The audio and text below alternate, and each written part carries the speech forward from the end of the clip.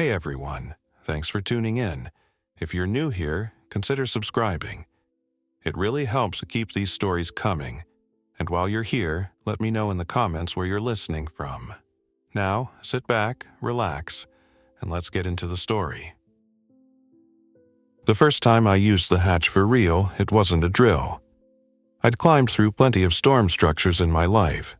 County work, inspection work, the kind of job where you memorize how water moves because if you don't, neighborhoods get flooded and people lose everything. I knew the sound of a loose ladder rung before my boot touched it. I knew the smell of damp concrete, the way a vault breathes even when you think it's sealed.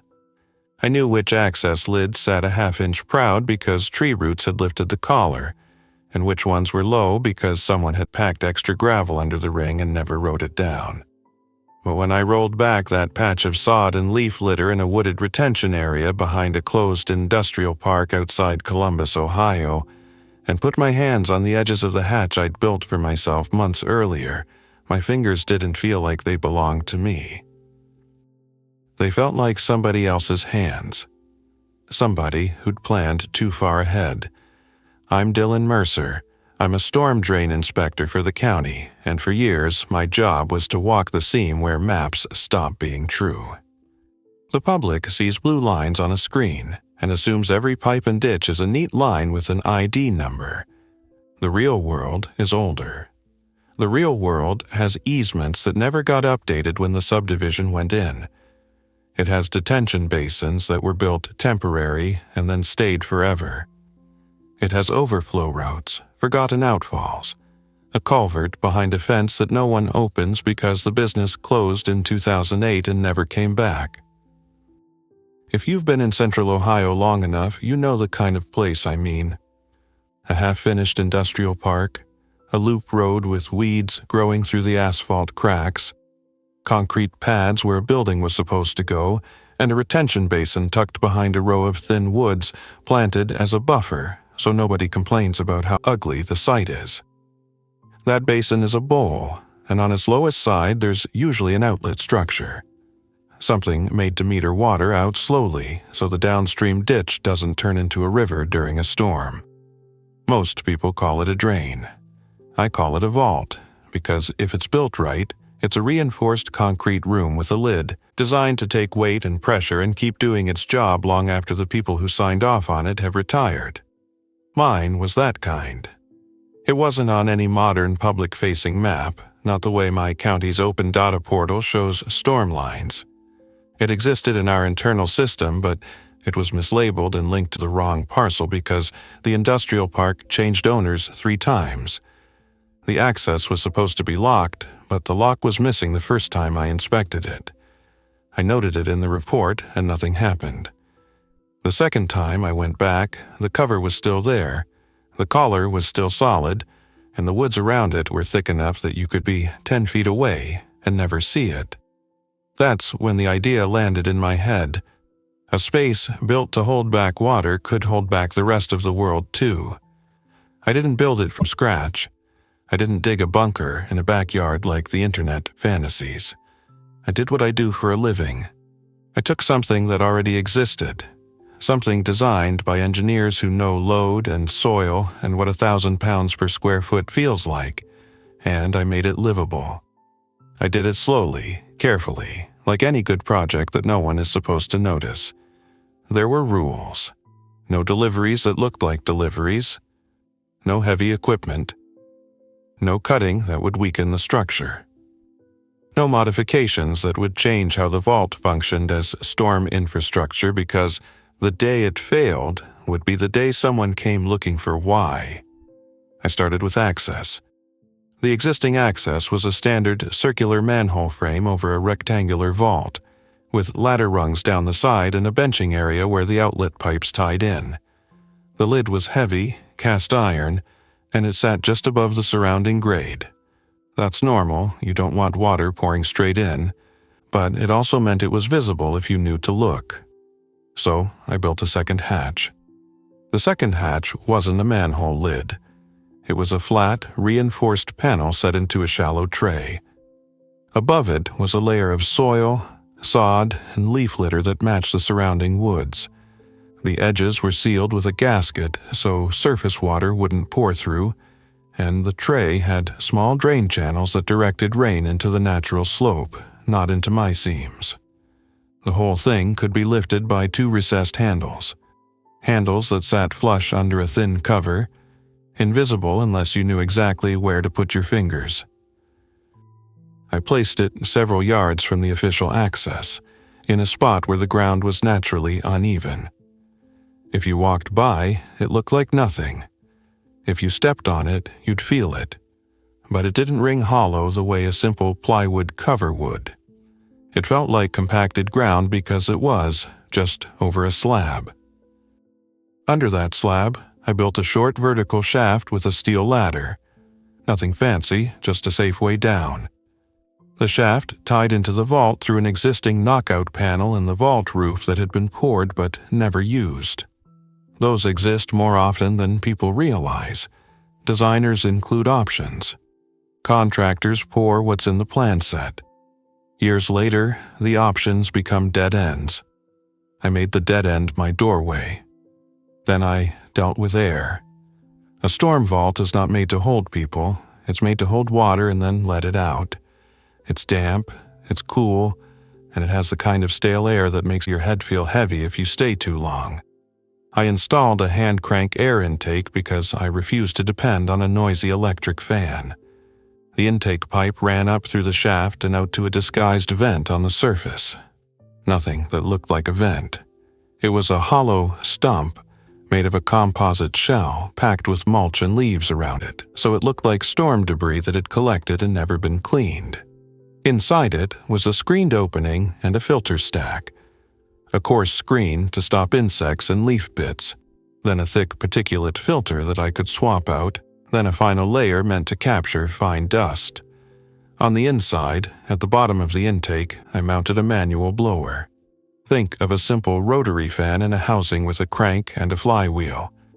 Turn it, and it pulls fresh air down. Let go, and it stops. No motor whine, no hum. Just the soft scrape of bearings and the movement of air through pipe. For exhaust, I used a second pipe with a passive flap valve near the top so wind wouldn't push back down. The exhaust outlet was even more disguised, buried under a small rock pile with gaps that let air out without letting rain in. The pile was built the way people build them without thinking. Stones and chunks of concrete left behind by construction, half sunk into dirt. I added a carbon dioxide monitor not because I wanted a gadget, but because underground spaces can turn on you quietly. You don't notice air getting bad until you start making mistakes. The monitor ran on small batteries and lived at head height where I could glance at it. When it crept up, I cranked more. Water was the next problem. I didn't trust the vault's storm flow for drinking. That water touches everything on the surface, oil, fertilizers, whatever people spill without noticing. I wanted rainwater, collected clean, buffered, and filtered. I installed a buffer tank, an intermediate storage, inside the vault. It was a rectangular plastic tank that could hold a few hundred gallons. I brought it in empty and assembled the connections on site. No one sees a clean tank as suspicious if they see it at all, and nobody was paying attention to what I did back there. It sat on a raised pallet platform so it wouldn't rest directly on damp concrete. Above it, I ran a downspout-style collector that tied into a shallow surface catchment trench I dug in the woods, lined with clean gravel. Rainwater would seep through gravel, pass through a first flush diverter that dumped the initial dirty runoff, and then flow into the collector line. From the buffer tank, I ran a filter train, sediment filter first, then carbon. After that, I used a small ultraviolet purifier powered by a battery, but I kept it as a backup because power is always a question. Most of the time, I boiled water on a compact stove with alcohol fuel, and I did it in a way that didn't create a strong odor or smoke. The stove was efficient and the exhaust stayed inside the vault and cooled before it hit the exhaust pipe. Heat disperses underground. Smoke doesn't if you're careless. I wasn't careless. For power, I didn't install anything visible on the surface. No panels, no wind turbines, nothing that would glint. I had a battery and a hand-crank generator, basically a sturdy alternator with a gearing system that let me turn effort into charge. It took time. It was work. It was also silent. The vault had one more advantage I hadn't fully appreciated until I lived in it for hours at a time: thermal stability. Concrete and soil are a heat sink. Underground, temperatures don't swing the way they do in a house. The roof slab stayed close to the surrounding soil temperature. The surface above it didn't get hot when the sun hit it because the slab absorbed and spread the heat slowly. It didn't get warm in a way that would stand out. In winter, the slab didn't radiate warmth like a cabin would. It just existed, part of the ground. I called it my invisible house because, from above, it was ground. It was also a trap, and I learned that 2 days after everything started. The outbreak didn't begin with one clear moment. It never does. It began with a sense that the normal background noise had changed. Day 1, I was at home in a small rental near Grove City, and my phone started showing alerts that didn't match the tone of normal news. Not weather, not traffic, public health updates, then advisories, then a set of statements that got revised every couple hours.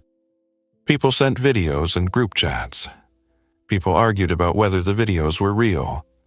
People I work with started texting each other about whether we were going to be asked to assist with emergency response, because stormwater crews always get dragged into anything that involves debris, flooding, access, moving barriers.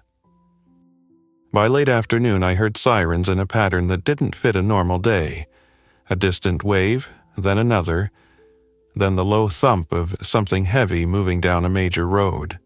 I turned on a scanner I kept in the kitchen drawer and listened to dispatch channels I'd monitored during storms. It wasn't about flooded basements. It wasn't about downed lines. It was about calls that didn't make sense in a neat category. People running into traffic, people wandering and not responding, people grabbing and not letting go, people breaking into homes with a kind of urgency that didn't sound like normal crime. I'm not going to tell you I understood it right away. I didn't. I told myself it was mass panic and a dangerous new illness that made people confused. That was the closest my brain could get without snapping. That night, I made a list. Water, food, light, communication, a way to leave. I had supplies stored in the vault because I'd always intended to use it for storms. Ironic, considering my job. I'd stocked it like a place you'd want to shelter during tornado warnings if your house was a mobile home. Canned food, rice, beans, a medical kit, spare filters, a sleeping pad, a couple blankets, hand tools, duct tape, sealant, a small radio, spare batteries. I also had something I never thought I'd need. A way to disappear without leaving a trail. Day 2, the city's edges started to go strange. The highways got choked, not everywhere at once, but in pockets. One exit would be flowing and the next would be stopped dead.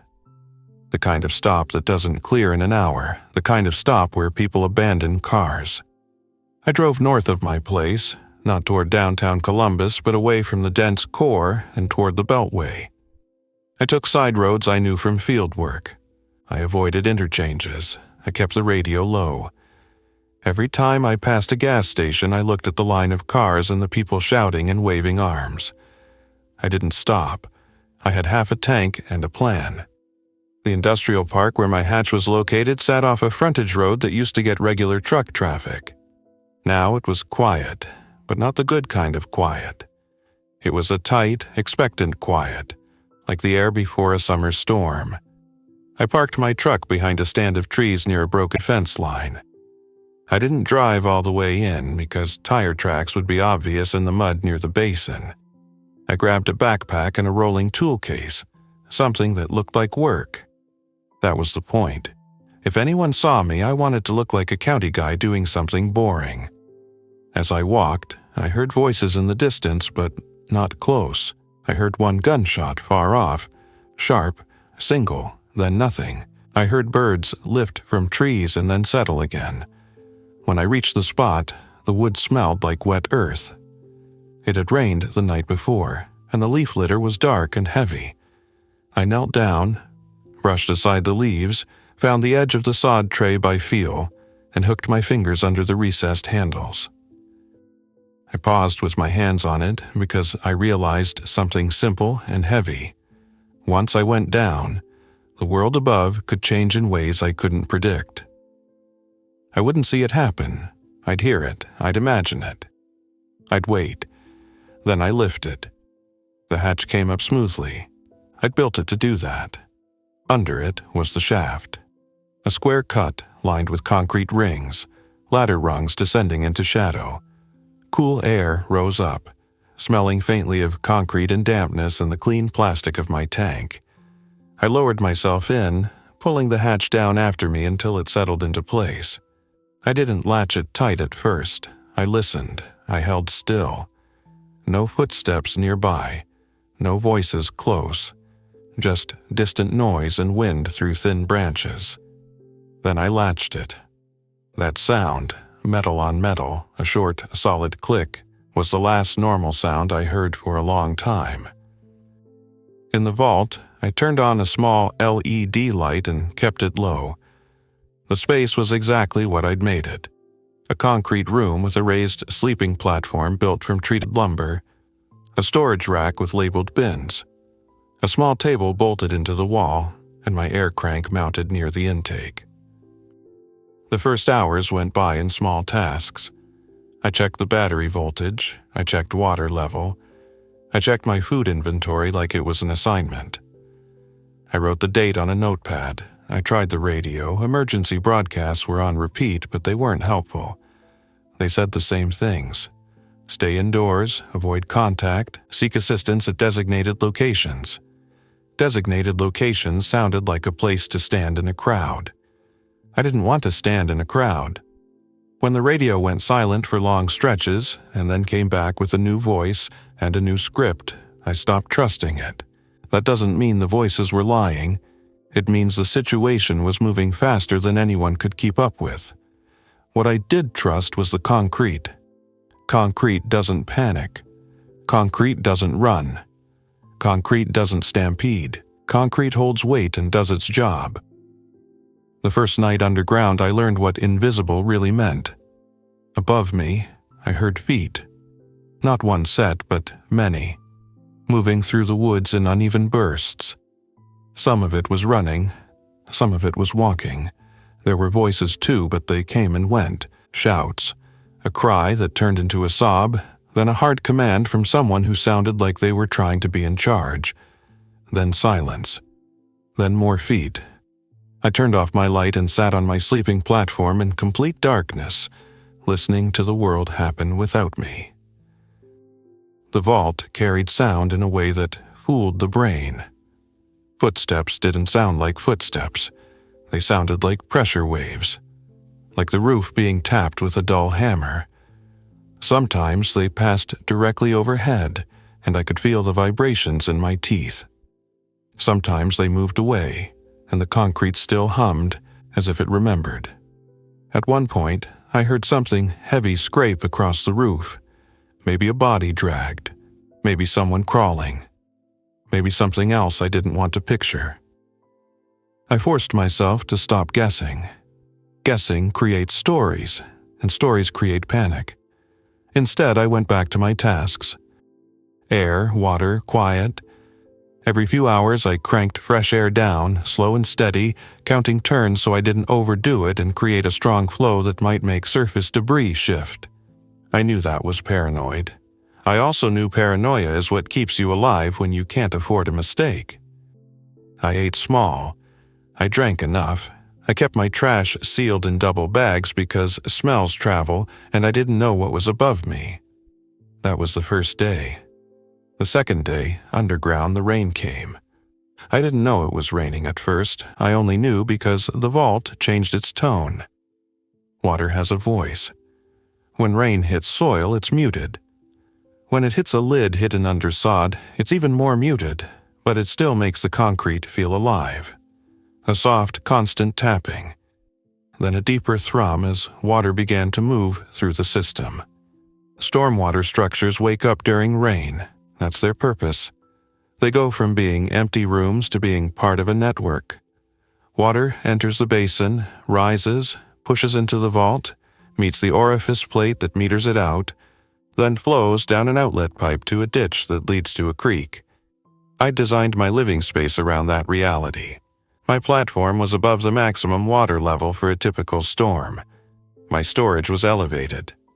I had a backflow flap installed on the line that tied into the vault, so if the downstream ditch flooded, it wouldn't send water backward into my room. But rain during the kind of chaos happening above is different. Debris clogs things. People drive into ditches.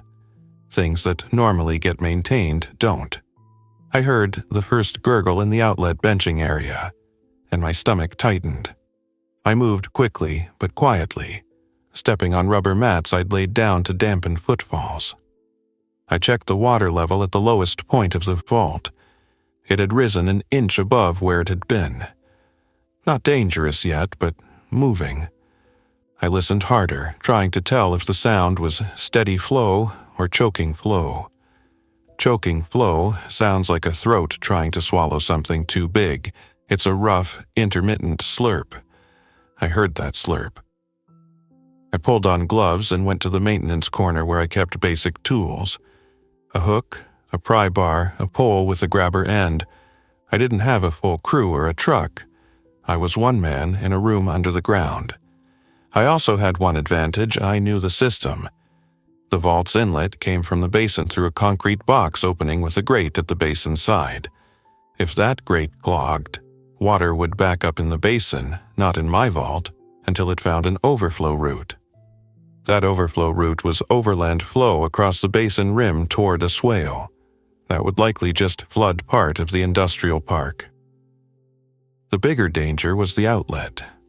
If the outlet pipe clogged downstream, water could rise higher in the vault because the meter would be pushing against a blocked pipe. That's when vaults fill and then find the path of least resistance, which could include my shaft if something failed.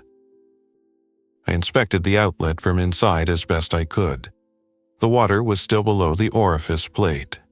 The flow was moving but irregular. That suggested partial blockage, not full. I watched it for a long time, long enough that my eyes adjusted to the low light and my ears started to separate the sound of rain from the sound of people.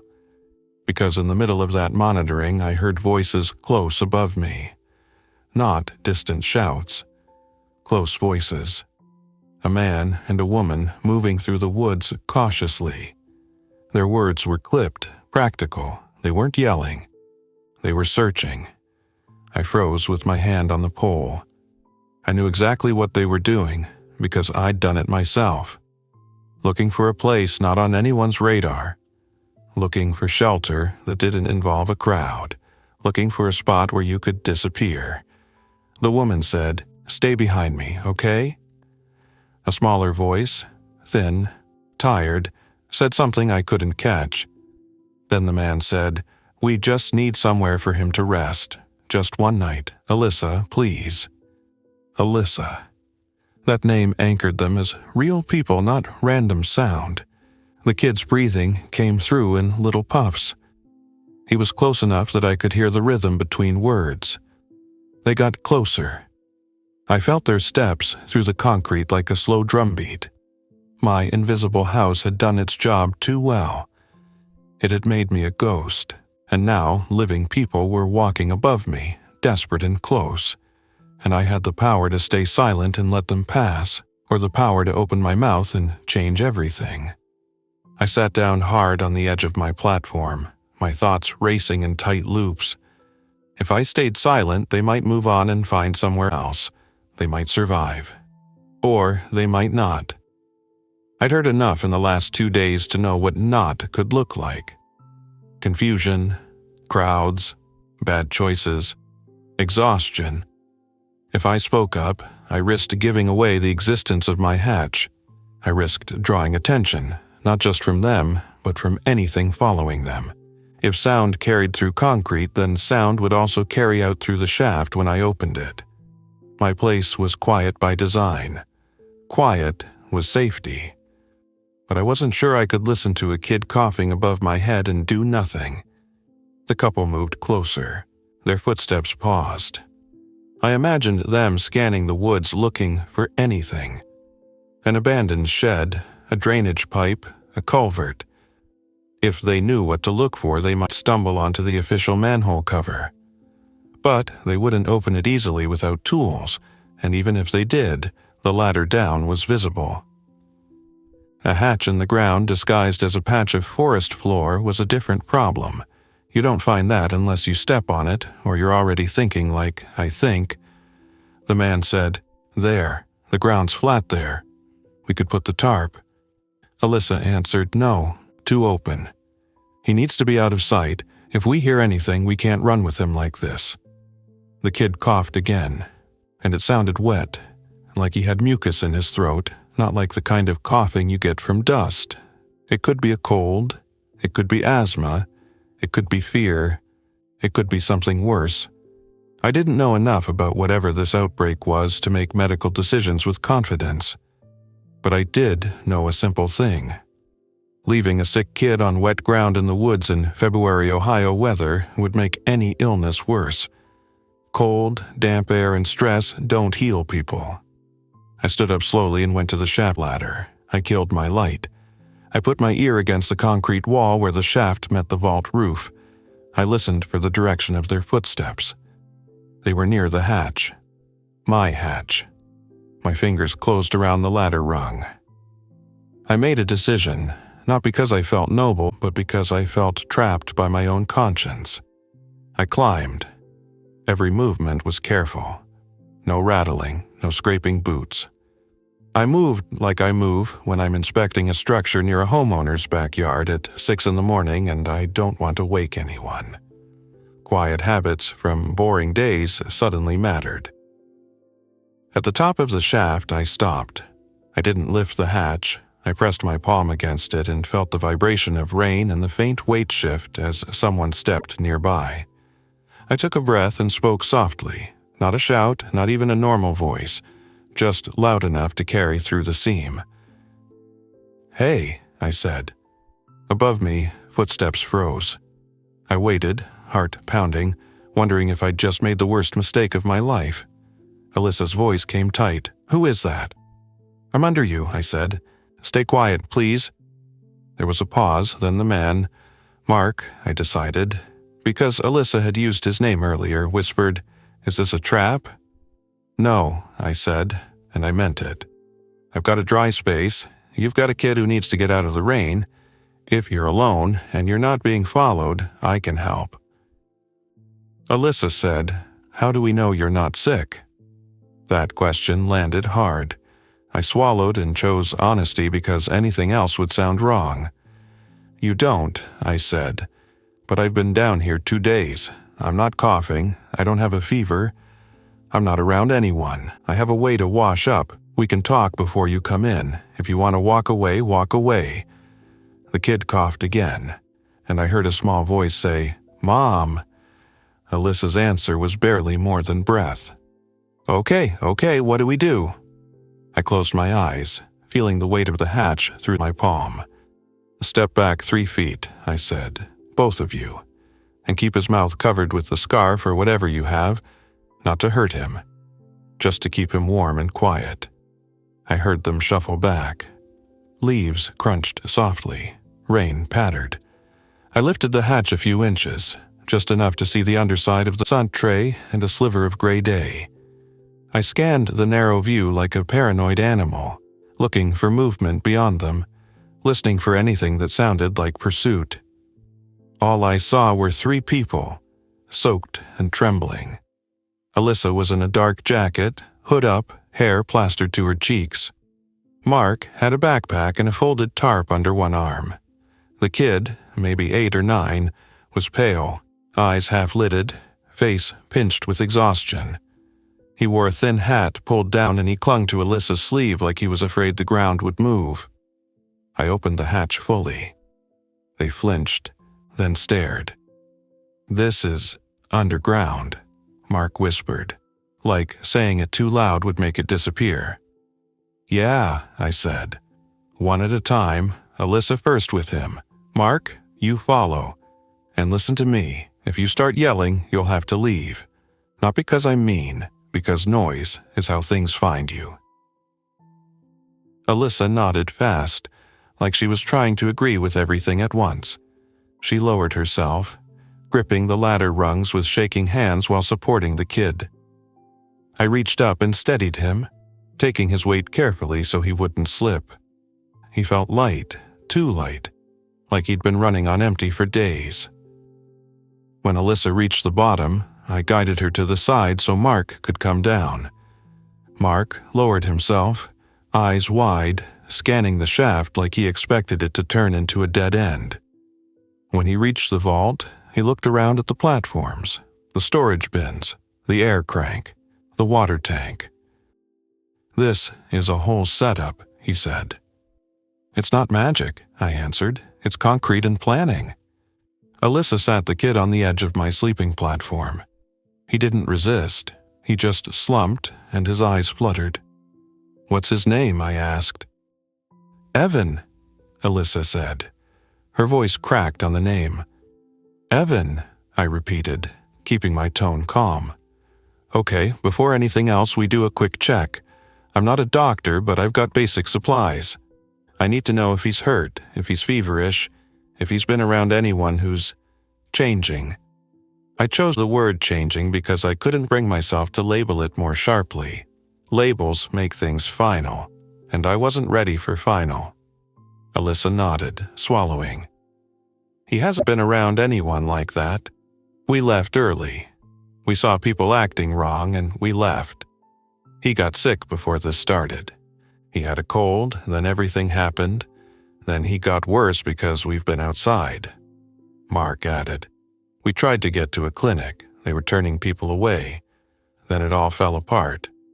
I moved to my supply bin and pulled out a small thermometer, a packet of wipes, nitrile gloves. I washed my hands at my small basin, then put on gloves. "Evan, I'm Dylan," I said gently. "I'm going to check your forehead, okay?" He nodded weakly. His skin was warm but not scorching. I took his temperature. It was elevated but not extreme. That didn't tell me much, but it told me he wasn't in immediate crisis. I listened to his breathing. Congested, shallow, but steady. No obvious injuries. Alyssa watched my face like she was searching for any sign of bad news. I kept my expression neutral and focused. "He needs rest and fluids," I said. "He needs to get warm. I have water. I have some fever reducers. Do you have any allergies I should know about?" Alyssa shook her head. Mark hovered near the ladder, tense. "How long can we stay?" That was the question underneath everything. Not "thank you," not "who are you," just the survival math. "I don't know," I said honestly. "This place was built for one person, supplies for one, air for one. But it can handle 3 if we're careful. The bigger problem is noise and movement. If you stay quiet. If you leave quietly.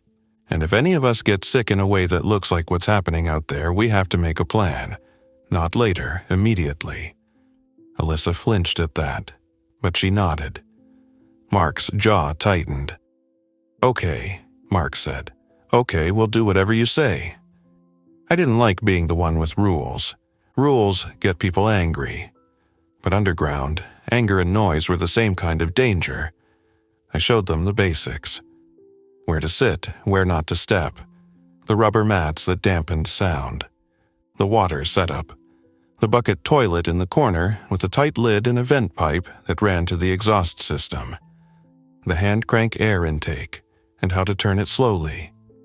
"This is the most important thing," I said, tapping the crank handle. "Air. If you feel dizzy, if you feel confused, you tell me. If the carbon dioxide monitor starts beeping, we crank more. We don't ignore it. Mark leaned close to read the monitor. You thought of everything. I almost laughed, but it came out as a short breath. I thought of the basics. Life always finds something you didn't think of. The next hours were a strange blend of normal and unreal. Alyssa sat with Evan, wrapping him in one of my spare blankets. Mark ate a protein bar from his backpack and then one of mine, chewing like he'd forgotten how. I heated water and made a simple broth from a packet I'd stored. I gave Evan small sips. He swallowed and then drifted into a light sleep. Above us, the world kept moving. We heard feet again, closer this time, and the sound made Mark's eyes go wide. He started to stand like he wanted to do something. I touched his arm and guided him back down with a look. "Don't," I whispered. "Sound carries. The roof is right there." He nodded, swallowing hard. Footsteps passed directly overhead. Many. Slow, dragging, then faster. No voices this time, just movement. The concrete vibrated in uneven rhythms, like the ground itself had become a crowded sidewalk. Alyssa's hand tightened on Evan's blanket. I killed the LED light until the vault was dim, just enough to see shapes. Light doesn't travel through soil, but I didn't want to risk any glow visible through seams if the hatch shifted. We sat in the half-dark, listening, feeling each vibration, each thump, each scrape. When it finally faded, Mark exhaled through his nose like he'd been holding his breath for minutes. "What are they?" he whispered. I didn't answer right away because every answer felt wrong. Calling them people felt wrong. Calling them monsters felt like a movie. I chose something practical. "They're sick," I said, "and they're moving, and they follow sound." "How do you know?" Alyssa asked. "Because everything else follows sound," I said. "Animals, crowds, panic, and I've heard enough to know quiet is safer than noise." We slept in shifts that night. Not because I wanted to, but because my brain refused to fully power down with strangers in my space and the world above sounding like it was breaking apart.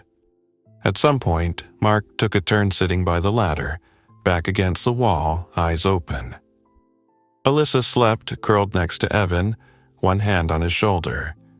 I lay on my platform and stared at the concrete ceiling until my eyes hurt. In the middle of the night, I heard something that made me sit up instantly. Metal scraping. Not footsteps, not voices.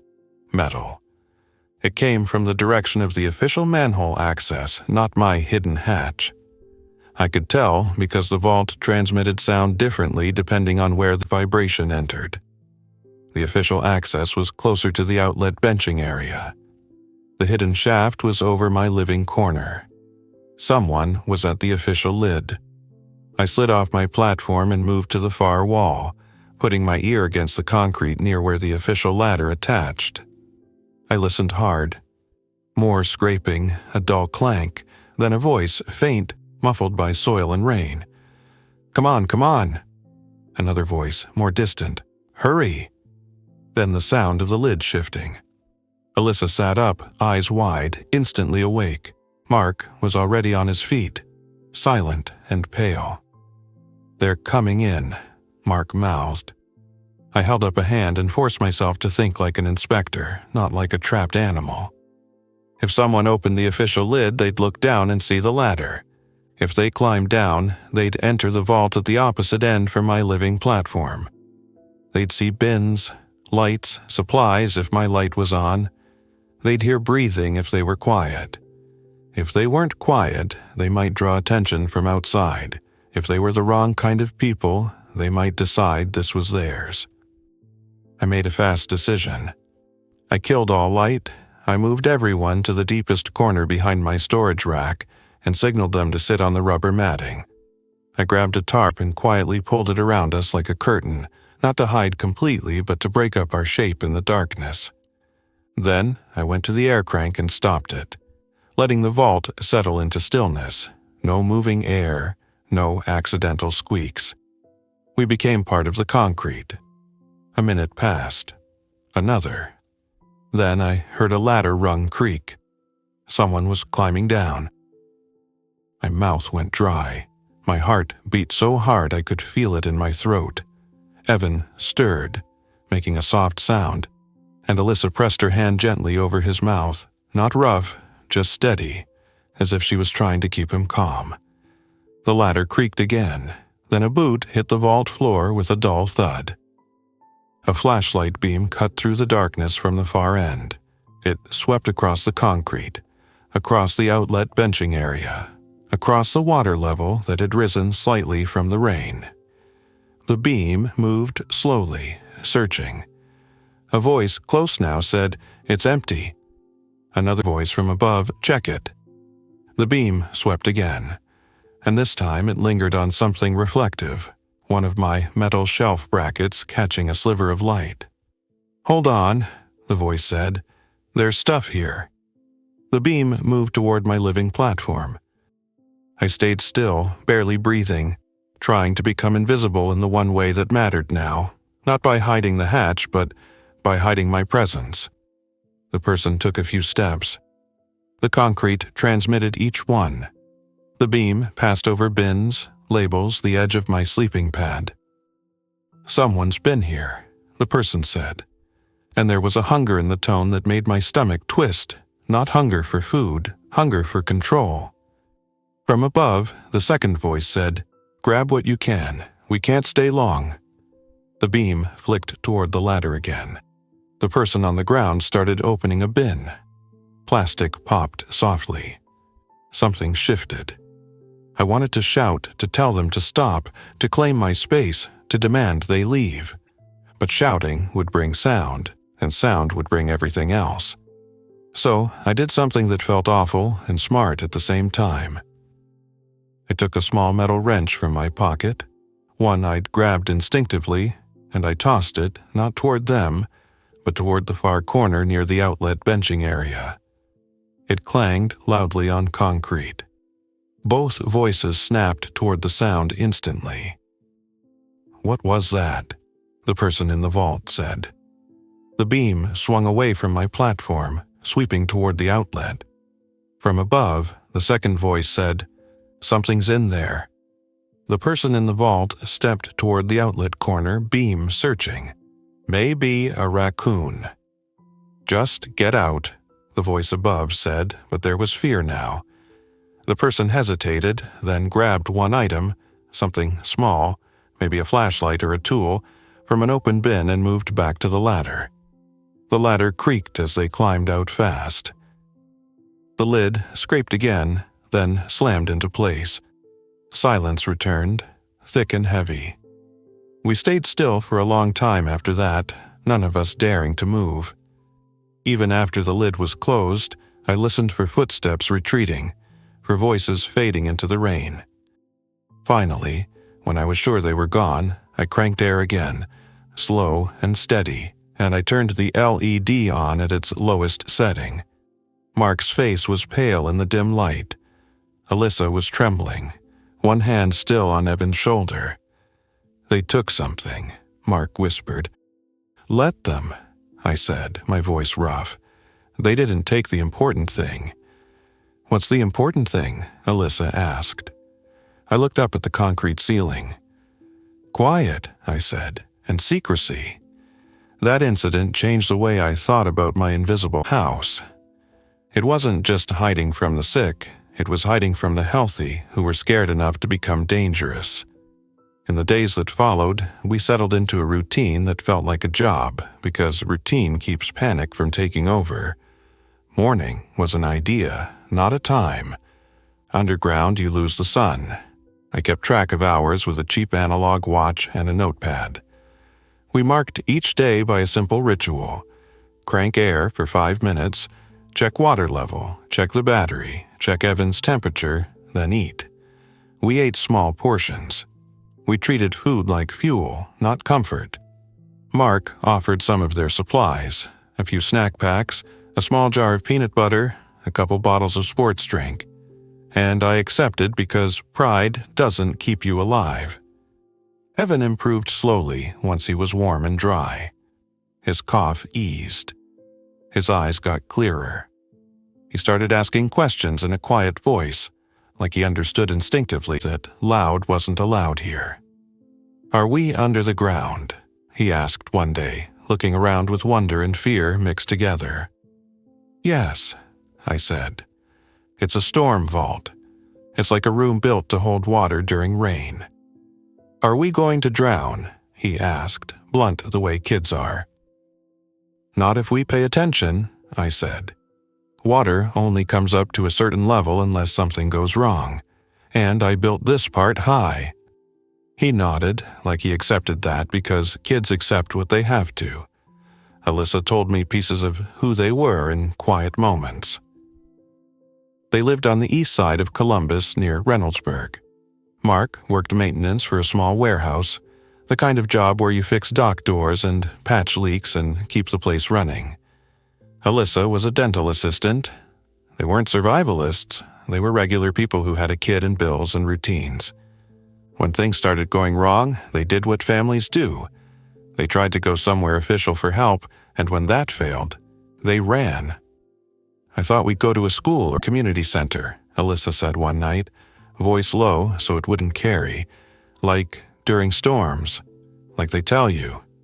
Mark rubbed his hands together, staring at the concrete. "There were too many people, too much shouting. Evan was getting pushed. I couldn't." He stopped, jaw tight. "You did the right thing," I said. Not because I knew for sure, but because he needed to hear it. He looked at me. "Did you?" That question stung because it hit the center of what I'd done. I'd built a place designed for one person. I'd built it to disappear. I hadn't built it to be a hero.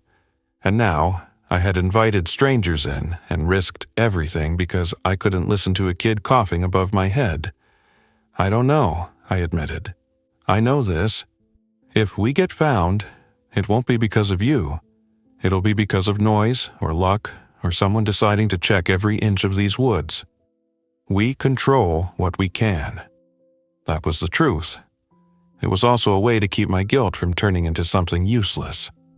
The days above us were loud in a way that came and went. Sometimes there were hours of nothing but wind and birds and distant traffic that sounded like it was moving again. Other times there were sudden bursts, running footsteps, shouting, a crash of metal like someone had rammed a fence gate, then the heavy collective movement that followed. We learned to read those sounds without seeing them. Mark became good at it. He could tell the difference between a person walking cautiously and a crowd moving without thinking. He'd put his hand on the wall and close his eyes, then whisper, "It's passing," or "It's stopping." Alyssa became good at keeping Evan calm, inventing quiet games that didn't require noise, counting the items on a shelf, drawing shapes in dust on the concrete with a fingertip, whispering stories that were more like conversations than performances. I became good at the hardest skill, doing nothing. There's a specific kind of helplessness in hearing trouble and being unable to act. You know exactly where the sound is. You know what it might mean. And you also know that opening your hatch could turn your safe space into a beacon. One afternoon we heard someone outside, close, and the voice sounded like a teenager calling for help. It wasn't a scream.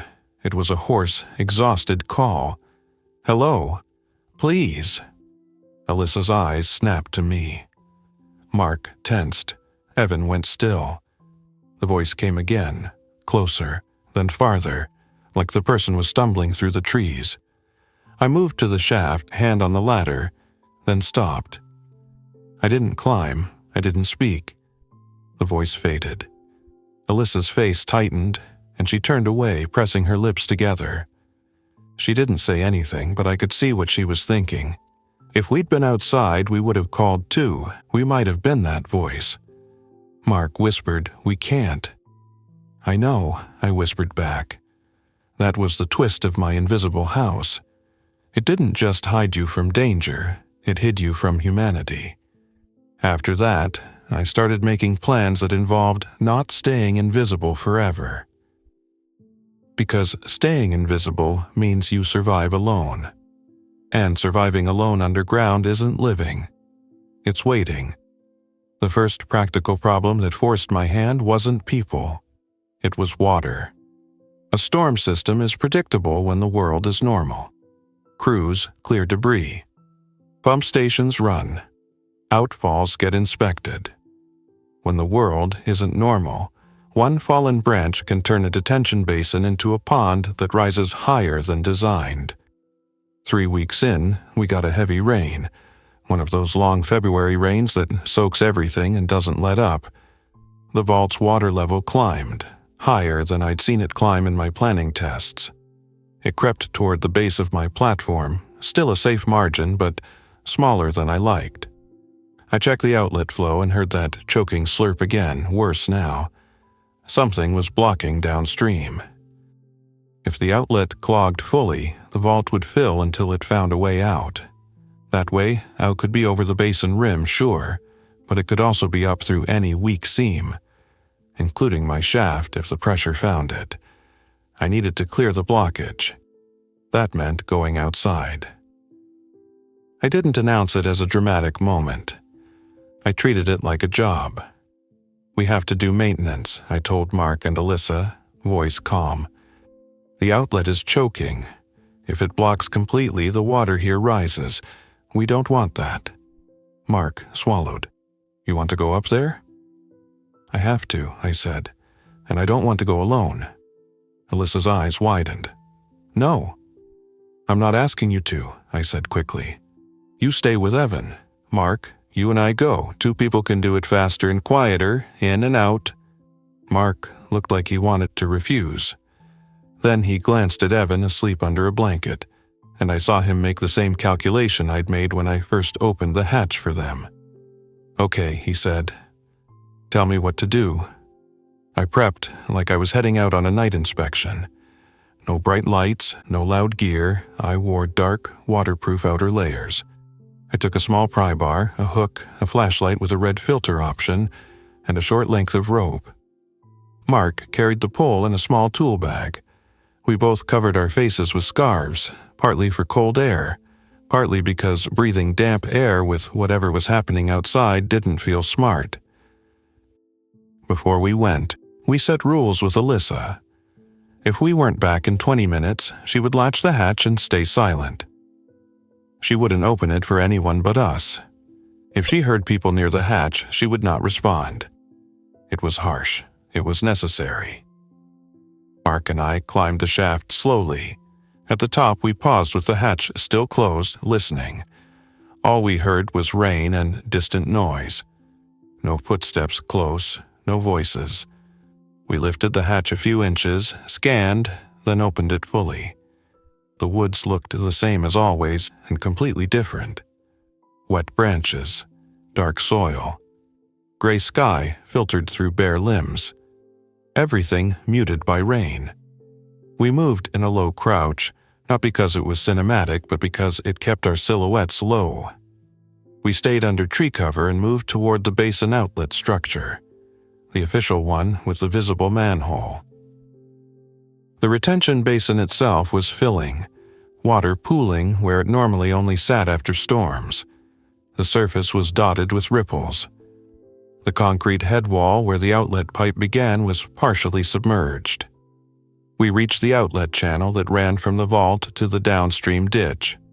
It was a narrow, concrete-lined swale that led under a fence line to a culvert. That culvert was the likely choke point. Debris collects there. A branch lodged across a grate can catch leaves until it becomes a solid mat. We approached it carefully. At the culvert entrance, we found the problem immediately. A jam of branches and trash pressed against the opening like a plug. Plastic bags, broken sticks, a chunk of foam, and tangled weeds. In normal times, a crew would rake it out. In these times, it was just us. Mark looked at me. I nodded. We worked fast and quiet. The hook pulled the larger branches free. Mark used the pole to push and pry. Water surged as the blockage loosened, sucking debris inward. We had to be careful not to lose our tools into the flow.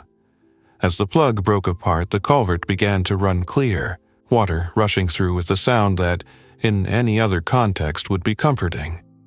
Then Mark froze mid-motion. He lifted his head slightly, eyes wide. I followed his gaze. Across the open part of the Industrial Park Loop Road, maybe 100 yards away, a line of figures moved between the empty concrete pads. They weren't running. They weren't talking. They moved in a slow, steady way that didn't match normal people in rain. They were drawn toward something we couldn't hear, or toward nothing at all. We stayed still, tools held close, bodies pressed low behind the culvert head wall. My heart hammered. Mark's breathing became shallow. The figures moved closer, drifting toward the wood's edge. Not directly at us, but in our direction. Rain masked some sound, but not all. If we moved wrong, if a tool clanged, if Mark slipped, the noise would cut through the rain. I put a hand on Mark's shoulder and squeezed once. Steady. We waited. The figures passed the line of sight behind a stand of saplings, then reappeared closer, now near the basin rim. I could see their clothes clinging wet. I could see a few heads turning, slow and searching. One of them stepped toward the basin, peering into the water as if it expected something. Another turned toward the woods. Toward us. I held my breath and forced my body to become heavy, grounded, part of the concrete. Mark did the same. We didn't look at each other. We didn't shift. The figure stood for a long moment, facing our direction. Rain ran off its hood. Its posture was slack, as if muscles were only doing the minimum required to keep it upright. Then, without any suddenness, it turned away and continued moving with the others, drifting along the basin edge like a group of sleepwalkers. When they were gone, Mark exhaled shakily. We didn't finish clearing every last piece of debris. We'd cleared enough to get flow back. That was the goal. We retreated the way we'd come, keeping low, moving under cover, never letting ourselves relax until we were back at the hatch. We slipped inside, latched it, and climbed down. Alyssa met us at the bottom with eyes full of questions she didn't ask out loud. Evan sat up, blinking, and then relaxed when he saw us. "It's okay," I whispered. "The water will go down now." Mark sat on the floor for a moment, back against the wall, hands shaking. "I saw them," he said quietly. "Up close." Alyssa's face tightened. "How many?" "Too many," Mark said. That night, I sat at my table and wrote a new list. Stay invisible. Safer in the short term, dangerous in the long term because supplies run out and the outside world doesn't get fixed. Go above. Dangerous in the short term, necessary in the long term. Find others. Risky, but maybe the only way to stop being a person hiding under concrete. I'd built this place to let the sick walk right over me. And it worked. Too well. It turned me into someone who listened to the world from a box. The next turning point came from a sound I didn't expect, machinery. Late one afternoon, weeks after the rain incident, we heard a low engine note in the distance. Not a car, not a siren, something heavier like a generator or a truck idling. Mark and I exchanged a look. Machinery meant someone was organized enough to fuel and operate equipment. It meant power, or at least motion. It meant there might be a group, not just scattered individuals. The sound moved slowly, then stopped. We heard metal banging, like someone dropping a ramp or opening a gate. Then a voice came through the woods, amplified faintly by a loudspeaker. "This is a county safety unit," the voice said. "If you can hear this, respond with a whistle or a flashlight. We are moving toward the old industrial park off the frontage road. We are checking drainage access points. If you are sheltering, do not approach the road. Stay where you are. We will come to you." Alyssa's hand flew to her mouth. Mark's eyes widened. I felt my chest tighten, not with relief, but with suspicion. A county safety unit? That phrase wasn't standard. It sounded like someone who wanted to sound official. but they said something specific. Checking drainage access points. That was too specific for a random person trying to lure survivors. Most people don't think about drainage access. They think about buildings. Someone out there knew storm infrastructure, or they'd been told to check it. I moved to the shaft slowly, heart pounding again, and put my ear against the wall. The loudspeaker voice repeated closer now. "We are checking access points. We will not enter without announcing ourselves. If you are inside a storm structure, respond once. Do not respond repeatedly, one signal only." I was smart. One signal reduces the chance of drawing unwanted attention. I turned back to Mark and Alyssa. Mark whispered, "Is it real?" Alyssa whispered, "What if it's not?"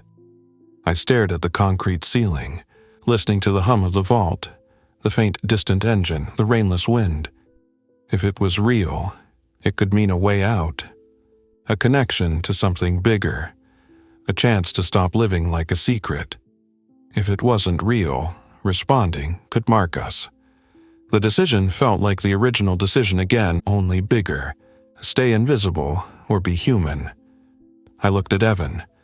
He was awake, watching us, sensing tension. He didn't know the words, but he knew the feeling. I made the call. "One signal," I whispered, "not a light, not a shout." I pulled a small metal whistle from my emergency kit. I'd kept it as a tool for signaling during inspections if someone fell or got trapped.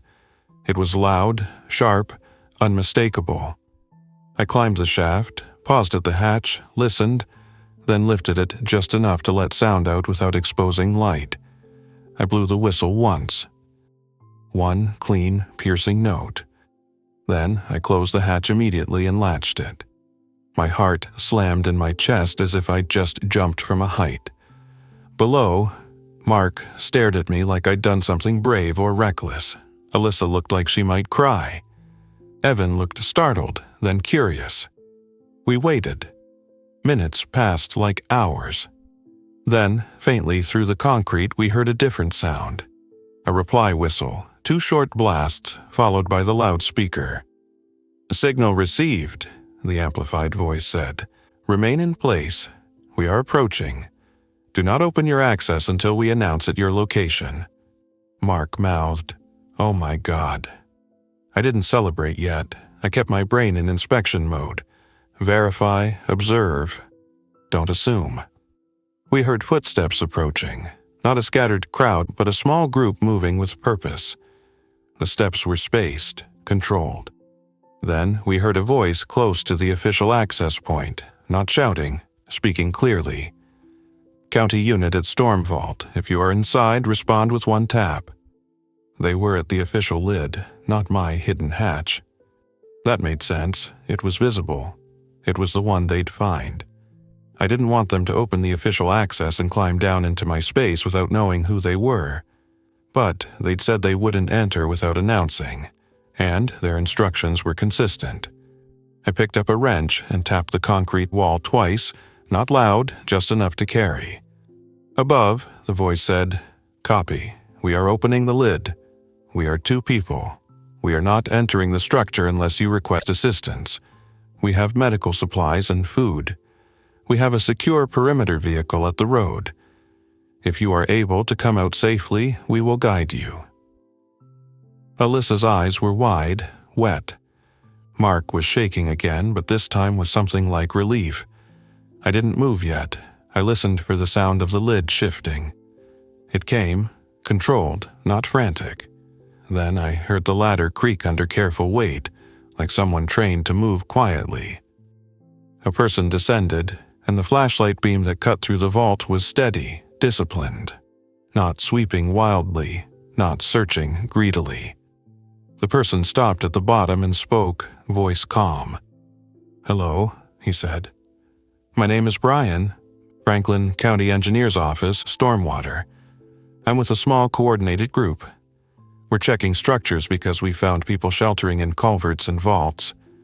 We're not here to take your supplies. We're here to get you out if you want out." Stormwater, Engineer's Office, that was real language, real departments. He angled his light away from the living area, not trying to blind us. He kept his hands visible. I stepped forward slowly, hands open, keeping my voice low. "I'm Dylan Mercer," I said. "County Storm Drain Inspector?"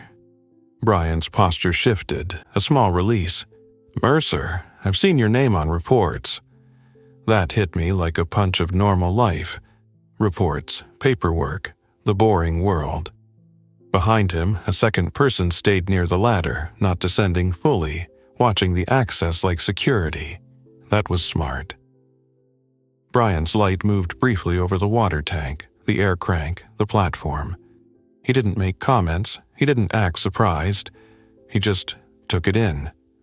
"You built a whole shelter," he said quietly, not accusing, just stating.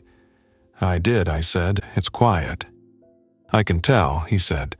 "Listen, Dylan, we have a staging spot at a county maintenance yard. It's not perfect, but it's staffed. It has generators. It has a perimeter. We've been pulling people in when we can. We can't promise the world gets fixed. We can promise you're not alone." Alyssa stepped forward behind me, holding Evan's hand. Mark stayed close, tense. Brian's eyes flicked to them. "You have a child," he said, voice softening. "We have medical staff. Not a hospital, but people who know what they're doing. If he's sick, we can help."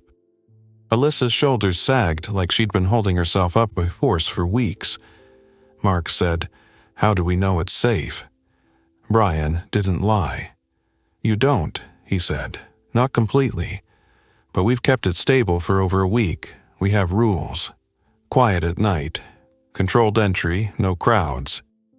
We're using maintenance buildings, not public shelters. We're using stormwater knowledge to keep the perimeter clear and to move without drawing attention." I felt the shape of his plan in my head, and it made sense. Maintenance yards have fences. They have heavy doors. They have fuel tanks. They have tools. They're also places most people don't think to go. "Where?" I asked. Brian named it. A county maintenance facility on the outskirts, not downtown, not in the middle of dense neighborhoods. He gave cross streets and landmarks that were real enough that my internal map clicked into place. "That's a long walk," Mark said. "We have a vehicle," Brian said. "We can't drive it right up here because noise draws attention, but we can guide you along a drainage easement path to a service road. We do it quiet. We do it fast. We do it together." I looked back at my vault. The concrete walls, my careful shelves, the air crank, the water tank, my invisible house. It had kept me alive. It had also kept me trapped. I asked the question that mattered most. "How many people do you have?" Brian answered with a number that wasn't huge but wasn't tiny either. Enough to be a group, enough to rotate watch, enough to fix problems, enough to collapse if they got sloppy. "And how many have you lost?" I asked. Brian's jaw tightened. "Enough," he said. "But fewer than we would have if we were doing this like a crowd." I was honest. I turned to Alyssa and Mark. Alyssa's eyes were locked on Brian like he was a lifeline. Mark looked like he was balancing fear against exhaustion.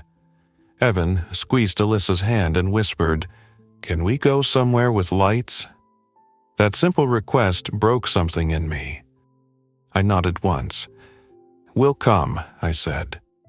We didn't leave immediately. We packed with discipline.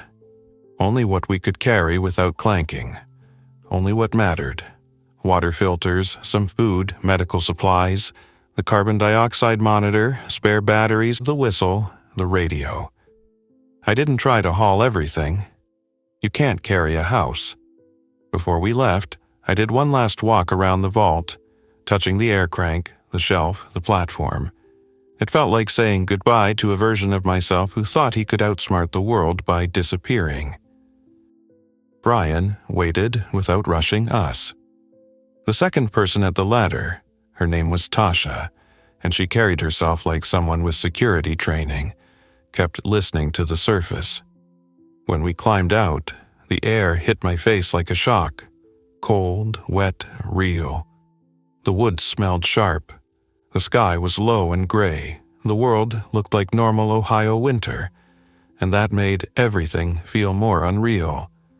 They guided us along a route I recognized instantly. Not a trail, not a road, but the subtle swath of cleared brush that follows an easement line. The kind of path you learn to see when you spend your life looking for pipes. We moved in a line, spaced, quiet. Brian went first. Tasha took the rear. Mark carried the heaviest pack. Alyssa carried Evan when he got tired, and I took him when her arms shook. We passed behind fences, under small footbridges, along the edge of a ditch that led toward a culvert under a service road. At one point, we froze behind a stand of trees as a small cluster of the sick drifted along the far side of the basin, drawn by something we never heard. We waited. They passed. Then we moved again. At the service road, a vehicle waited under tree cover, engine off. Not a police car, not an ambulance. A plain utility truck with a cage partition in the back and a tarp over supplies. Brian opened the door silently and gestured us in. As we drove, slow and careful, avoiding main roads, I watched the landscape through the window.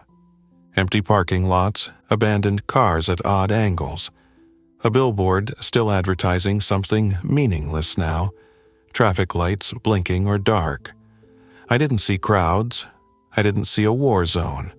I saw a city that had simply stopped working. The maintenance yard was exactly what Brian said. Fenced, controlled, not flashy. A couple buildings with heavy doors. A generator humming behind a barrier wall. The sound dampened. A few people moving with purpose, not milling. They brought us inside, checked us for fever, gave Evan a real cot and warm drinks. A medic, an older woman with tired eyes and steady hands, listened to Evan's chest and nodded. "He's got a respiratory infection," she said. "Not the same as what we've been seeing outside. He'll recover if we keep him warm and hydrated." Alyssa cried silently then, shoulders shaking, and no one judged her. Mark sat down hard on a bench and stared at the floor like his brain was rebooting. I stood in the corner and listened to the generator hum and the distant muted voices of a functioning group, and I realized something I hadn't let myself admit underground. Survival isn't just hiding. Survival is choosing when to stop hiding. That night, after Evan fell asleep under clean blankets, Brian and I sat at a folding table with a map spread out. Paper map, not digital. The kind we used before everything became a screen. He pointed to drainage lines and easements and maintenance access routes. He showed me where they'd been moving, where they'd found people, where they'd lost people because noise drew attention in the wrong spot. "We need someone who knows the gaps," he said. "Someone who can look at this and tell us what isn't on the map." I traced a finger along a line that ended too neatly. "That's not accurate," I said automatically. "There's an overflow route there. It's not mapped. It runs behind the old warehouse and connects to a ditch that drops into the creek." Brian nodded. "That's why we need you." I thought of my invisible house, still out there under sod and leaf litter, quiet and patient, waiting. "I can show you more," I said, "but we do it careful, we do it quiet. We don't turn this into a rescue parade." Brian met my eyes. Agreed. Over the next week, I became something I never planned to be. A guide for people moving through the hidden skeleton of the county. We didn't storm neighborhoods. We didn't go door to door. We moved along the routes nobody thinks about, behind berms, along easements, through culverts when it was safe, using the knowledge that water engineers build into the land. Sometimes we found people. Sometimes we found signs that people had been there and moved on. Sometimes we found nothing but silence. And sometimes we had to make the same choice I made when Alyssa and Mark walked over my roof. Stay invisible or speak. One morning, we were checking an old drainage access behind a strip of closed storefronts when we heard a faint banging from inside a concrete pipe, someone tapping from within. Not random noise. A pattern. Brian looked at me. "Your call," he whispered. I knelt near the pipe opening, keeping my shadow off it, and listened. The tapping came again, slow and deliberate. I didn't crawl in, I didn't shout. I did what I'd learned underground. I responded once, quietly, with a tap of my own. A voice came back, thin with exhaustion. "Please." We got them out. 2 people who'd been hiding in a culvert because it felt safer than a building. They were soaked, cold, and terrified, but they were alive. Back at the yard, Alyssa started helping the medic. Mark started fixing doors and patching leaks like he'd always done, just with higher stakes. Evan started drawing pictures on scrap paper, filling them with trucks and fences and a big rectangle that he told everyone was the underground house. One evening, Evan asked me, "Are we going back there?" "To the vault?" I asked. He nodded. I thought about it. The vault had value. It was a fallback, a quiet spot, a hidden node in a network that now mattered. "Maybe," I said, "but not to live there forever." "Why not?" he asked, genuinely curious. I chose words a kid could understand without making the world darker than it needed to be. "Because it's too quiet," I said. "And people aren't meant to be alone in quiet for that long." He considered that, then nodded like it made sense. Later that night, I walked to the inside of the fence line and listened to the sounds of our little compound. The hum of power, the soft murmur of people talking, the occasional laugh that sounded surprised to exist. Beyond the fence, the world was still dangerous. The sick still wandered. The city was still broken. But inside the fence there was structure, and there were rules, and there was a sense that tomorrow might be something other than just another day underground. I realized then what the real twist of my invisible house had been. It didn't just keep danger out. It tested how long I could live without making choices.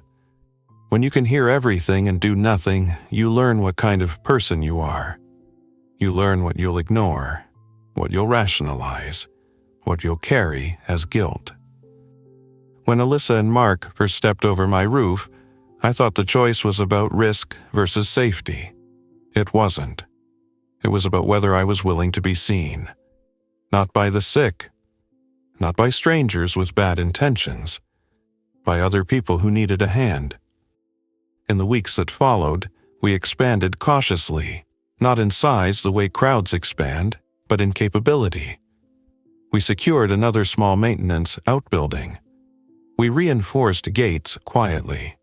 We learned which roads were too loud to use and which easement paths let us move without drawing attention.